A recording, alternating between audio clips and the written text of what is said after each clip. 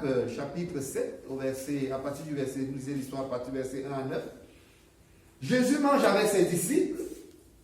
Ils sont là, ils sont en train d'observer ce qui se passe. Au lieu de prendre le repas, je suis sûr qu'ils ont invité Jésus à ce repas. Et ils sont en train de l'observer.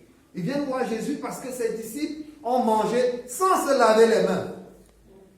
Et ils demandent à Jésus, pourquoi tes disciples mangent sans se laver les mains? Pourquoi tes disciples ne respectent pas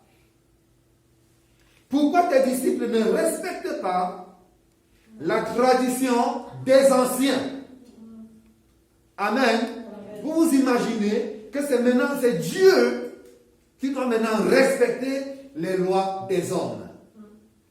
C'est Dieu qui doit maintenant se soumettre aux lois des hommes. Et c'est ce qui se passe jusqu'aujourd'hui. Regardons dans les églises, regardons le comportement des chrétiens. Dieu doit se soumettre aux lois des hommes. Amen. Il ramène les choses qui se passent dans leur village, dans leur famille, dans leur pays. Ils viennent mettre dans l'église et vous devez respecter. Sinon, c'est toi qui n'es plus normal. Et même Dieu doit respecter ces choses. Non, bien-aimé, il ne faut pas que ça soit ainsi. Alléluia. Nous avons vu qu'il y avait donc un homme intelligent. Quand il voyait toutes ces discussions que ses frères avaient avec Jésus, toutes ces réponses que Jésus donnait, ces réponses intelligentes, lui, il est venu avec un esprit d'humilité. Il était docteur de la loi, il était spécialiste de la loi. Il est venu avec cet esprit d'humilité pour apprendre. Alléluia. Il voulait savoir plus. Dans tout ce désordre, dans tout ce chaos, en fait, Seigneur, quel est le meilleur commandement? Quel est le plus grand commandement? Je vous disais que Dieu en avait donné plusieurs. Les pharisiens, les scribes, les sadduciens et tout ça, ils en ont ajouté. Seigneur, dis-moi, quel est le plus grand commandement? Quel est le meilleur des commandements? Quel est le premier des commandements? Nous avons vu que Jésus répond une réponse en deux temps. Amen. Il prend d'abord Deutéronome, chapitre 6, versets 4 à 5. Il dit, au spécialiste de la loi, il dit, écoute, l'Éternel, notre Dieu, est un. Alléluia. Et ça, chaque chrétien doit vraiment l'assimiler, le comprendre, le garder, être calé là-dessus. Parce que je peux vous dire que des familles et des chrétiens aujourd'hui sont déstabilisés, quel que soit leur nombre d'années. Amen. Oui, le texte est dans Marc 12 à partir du verset 28. J'ai lu jusqu'au verset 34. Jésus lui dit, écoute, Israël, l'Éternel ton Dieu est un. Très important. Dans l'Antiquité, à l'époque où Dieu donne cette parole aux Israélites, le peuple qu'il avait choisi, il y avait beaucoup de dieux. Les peuples autour d'eux adoraient plusieurs dieux. Donc il était important pour Israël de comprendre qu'il y a un seul Dieu, c'est l'Éternel. Ensuite, il leur dit, tu aimeras l'Éternel, ton Dieu, ce Dieu-là, l'Éternel, qui est un. Tu l'aimeras de tout ton cœur, de toutes tes forces, de toute ton âme, de toute ta pensée. Amen. Tu l'aimeras de tout ton cœur, de toutes tes forces, de toute ton âme, de toute ta pensée. Est-ce que c'est le cas aujourd'hui? Est-ce que si chacun d'entre nous entrons dans nos cœurs, examinons nos cœurs, est-ce que nous pouvons vraiment dire que oui, oh moi j'aime l'Éternel de tout mon cœur, de toutes mes forces, de toute ma pensée, de tout mon âme? Est-ce que nous pouvons le dire? C'est très important. Cette parole était valable à l'époque où Dieu a parlé. Dans l'Antiquité, elle était valable quand Jésus répète au docteur de la loi cette parole, il le lui rappelle, elle est valable aujourd'hui. Amen. Parce qu'à l'époque de Jésus, comme aujourd'hui, il y a beaucoup beaucoup de Dieu. Il accorde à ce verset un autre verset que Dieu avait donné à Israël dans le livre de Lévitique 19-18. Dieu avait dit à Israël, tu aimeras ton prochain comme toi-même. Tu aimeras ton prochain comme toi-même. Très important. Nous allons le comprendre tout à l'heure. Très important. Tu aimeras ton prochain comme toi-même. Ça veut dire que tu prendras soin de ton prochain comme tu prends soin de toi-même. Tu prendras soin de celui qui est à côté de toi comme tu prends soin de toi-même. Souvenez-vous de cet homme qui est parti de Jérusalem à Jéricho, qui a été agressé. Vous connaissez l'histoire? Quand un pharisien demande à Jésus, mais qui est mon prochain? Et Jésus parle de cette histoire. Alléluia, que vous connaissez très bien. Tu aimeras ton prochain comme toi-même. Et Jésus nous dit que si tu appliques ces deux, amen, principes, alléluia, tu as accompli toute la loi.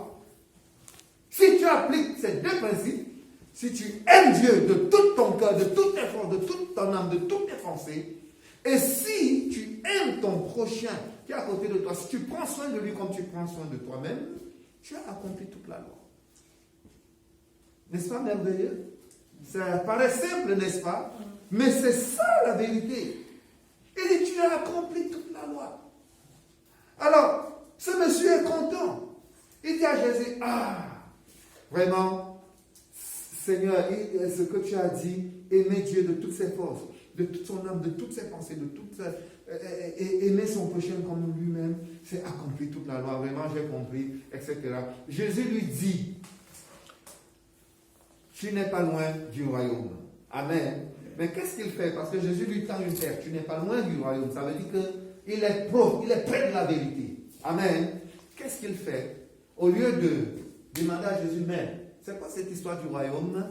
Je suis prêt, mais moi je voudrais entrer, n'est-ce pas? Au lieu de manifester le désir d'entrer, qu'est-ce qu'il a fait? Il est parti. Amen. Vous savez bien aimé, une chose est de savoir et de connaître. Une chose est d'avoir l'information. Une autre est de la mettre en pratique. Amen. Si ton cœur n'est pas transformé, si ta vie n'est pas transformée, alléluia, tu ne peux pas aimer Dieu de tout ton cœur. Tu ne peux pas aimer Dieu de toutes tes forces. Tu ne peux pas aimer Dieu de toute ton âme. Tu ne peux pas prendre soin de ton prochain à côté de toi comme tu prends soin de toi-même. Amen. Nous allons voir qui est le prochain tout à l'heure. Alors, je vous invite à ouvrir vos Bibles dans le livre de Jean. Oh Dieu Tout-Puissant, merci pour ta parole. La Bible dit, dans Jean, chapitre 21, à partir du verset 15, après qu'ils eurent mangé, Jésus dit à Simon, Pierre, Simon, fils de Jonas, m'aimes-tu plus que ne m'aiment ceux-ci? Il lui répondit, oui Seigneur, tu sais que je t'aime. Jésus lui dit, occupe-toi de mes brebis. Verset 16, il lui dit une seconde fois, Simon, fils de Jonas, m'aimes-tu? Pierre lui répondit, oui Seigneur, tu sais que je t'aime. Jésus lui dit, nourris mes brebis.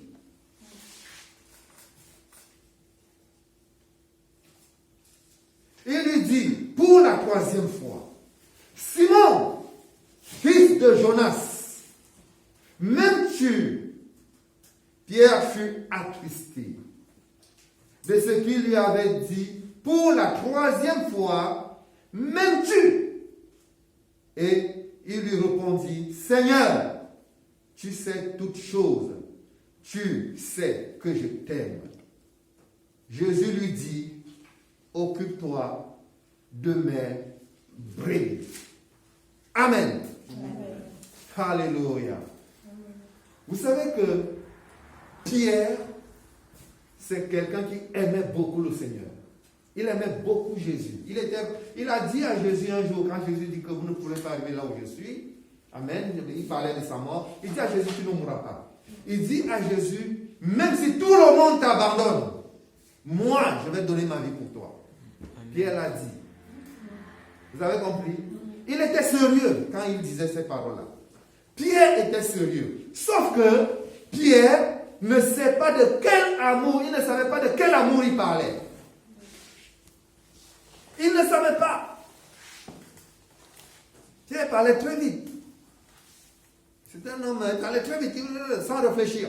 Donc il ne savait pas de quel amour il parlait. Il dit, oh, même si tout le monde t'abandonne, Seigneur, moi, je vais mourir, je vais donner ma vie pour toi. Je vais mourir pour toi. Jésus dit, oh Pierre, avant que le coq ne chante 3 fois, amen, toi, tu vas me renier, avant que le coq ne chante plutôt, tu me renieras 3 fois. Amen. Jésus connaît tout. Il dit, toi, tu me renieras 3 fois, Pierre. Parce que Jésus savait que Pierre l'aimait, mais l'amour que Pierre avait pour lui était limité. Cet amour-là n'était pas suffisant pour que Pierre arrive à dire que je vais donner ma vie pour toi. C'est-à-dire, je vais me sacrifier pour toi, Jésus. Amen. Jésus attend de nous un amour sacrificiel. Alléluia.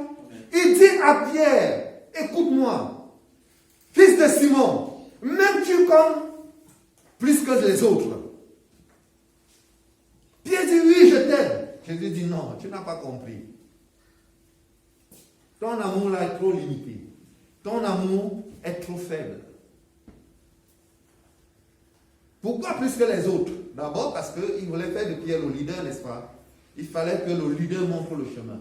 Il fallait que le leader montre la voie. Le leader doit être un modèle en tout. C'est ce que Dieu attend de nous.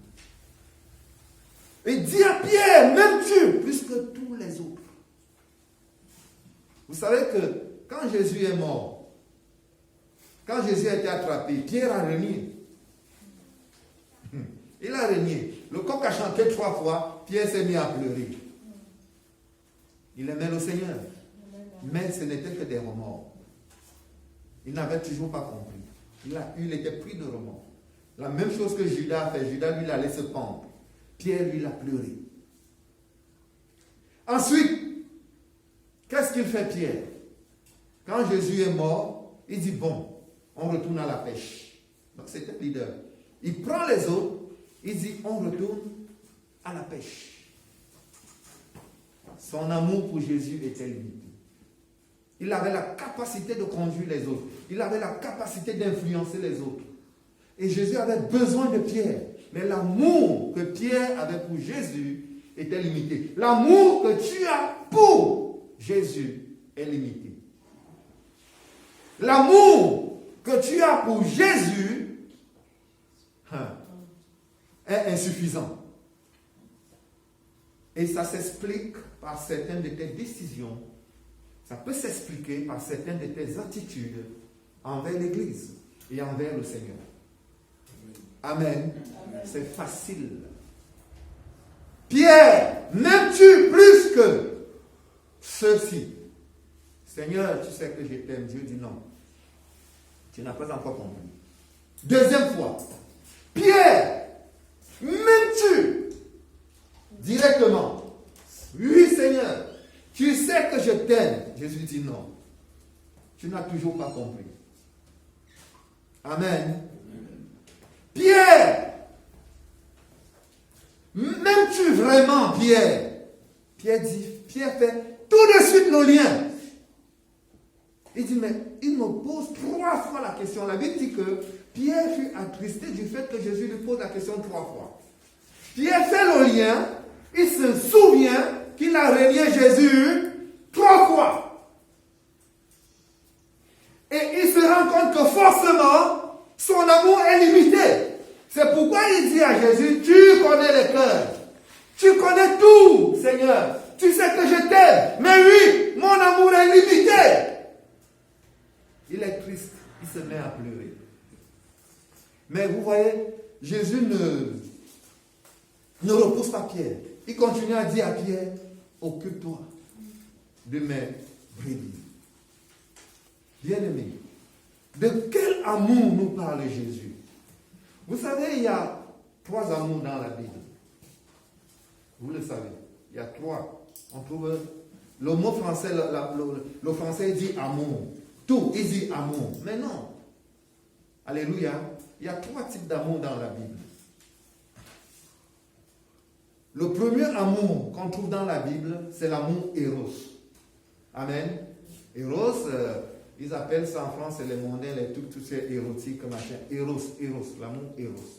C'est charnel, c'est un amour attirance. Vous l'avez compris? Voilà, un homme attiré par une femme attirée par un homme, c'est un amour charnel.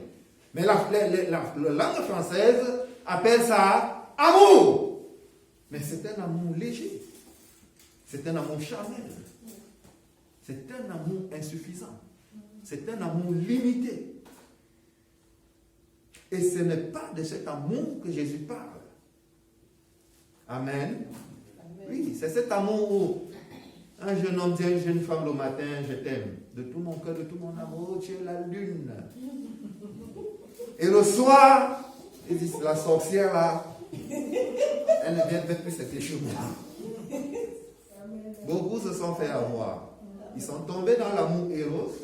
Ils se sont mariés. Ce n'est pas suffisant. D'accord? Ce genre de mariage, généralement, ne peut pas tenir. Et ça, ce n'est pas l'amour dont Dieu exige à Pierre ici et à tous ses disciples.